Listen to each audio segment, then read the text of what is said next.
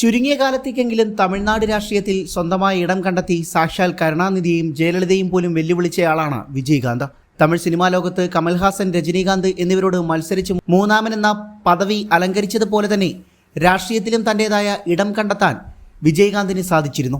ദേശീയ പാർട്ടികളായ ബിജെപിക്കും കോൺഗ്രസിനും സ്വാധീനം ചെലുത്താൻ സാധിക്കാതിരുന്ന തമിഴ്നാട് ദ്രാവിഡ രാഷ്ട്രീയം ഉയർത്തി ബദലാകാൻ ശ്രമിച്ച ആളായിരുന്നു വിജയകാന്ത്. അതിനാലാണ് DMK-യുടെയും AIDMK-യുടെയും കുത്തക ഇളക്കാനെങ്കിലും വിജയകാന്തിന് സാധിച്ചത്. 2006 8.38% വോട്ടുകളും തുടർന്നുള്ള ലോക്സഭാ തെരഞ്ഞെടുപ്പിൽ 10.3% വിജയകാന്തിന്റെ DMDK നേടിയിരുന്നു. 2006 നിയമസഭാ തെരഞ്ഞെടുപ്പിൽ സംസ്ഥാനത്തെ 234 സീറ്റിലും DMDK മത്സരിച്ചു. എന്നാൽ വിജയകാന്ത് മത്സരിച്ച സീറ്റിൽ മാത്രമായിരുന്നു DMDK ജയിക്കാനായത്. 2009 ലോക്സഭാ തെരഞ്ഞെടുപ്പിൽ ഒറ്റ സീറ്റിലും ജയിക്കാനായിരുന്നില്ല.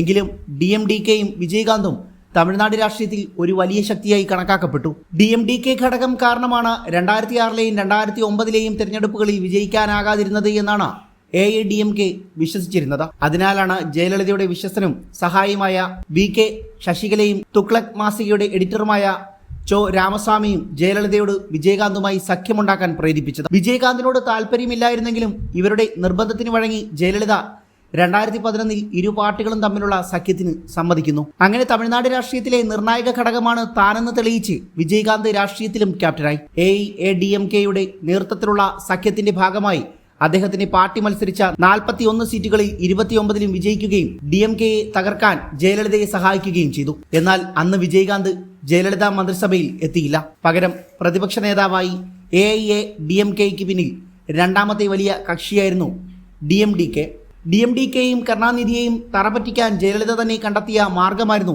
സഖ്യകക്ഷിയായ DMDK നേതാവിനെ പ്രതിപക്ഷ നേതാവാക്കുക എന്നത്. എന്നാൽ നിയമസഭയിൽ ജയലളിതയും വിജയകാന്തും പരസ്പരം കടന്നാക്രമിക്കുന്നതും പിന്നീട് തമിഴകം കണ്ടു. തന്റെ പാർട്ടിയുടെ സഹായമില്ലാതെ സംസ്ഥാനത്ത് AIADMK അധികാരത്തിൽ വരില്ലെന്ന് വിജയകാന്ത് പറഞ്ഞപ്പോൾ DMDK-യുമായി കൂട്ടുകൂടാൻ തനിക്കൊരിക്കലും താല്പര്യമില്ലെന്നായിരുന്നു ജയലളിതയുടെ മറുപടി. പിന്നീട് ഒരിക്കലും DMDK-ക്ക് രാഷ്ട്രീയത്തിൽ ഓളമുണ്ടാക്കാൻ സാധിച്ചില്ല. എങ്കിലും തമിഴ്നാട്ടിലെ ജനങ്ങൾക്ക് DMK-ക്കും AIDMK-ക്കും അപ്പുറം ഒരു രാഷ്ട്രീയ ബദലിനെക്കുറിച്ച് വിജയകാന്ത് പ്രതീക്ഷ നൽകിയതായി അദ്ദേഹത്തിന്റെ അനുയായികളിൽ പലരും ഇന്നും വിശ്വസിക്കപ്പെടുന്നു.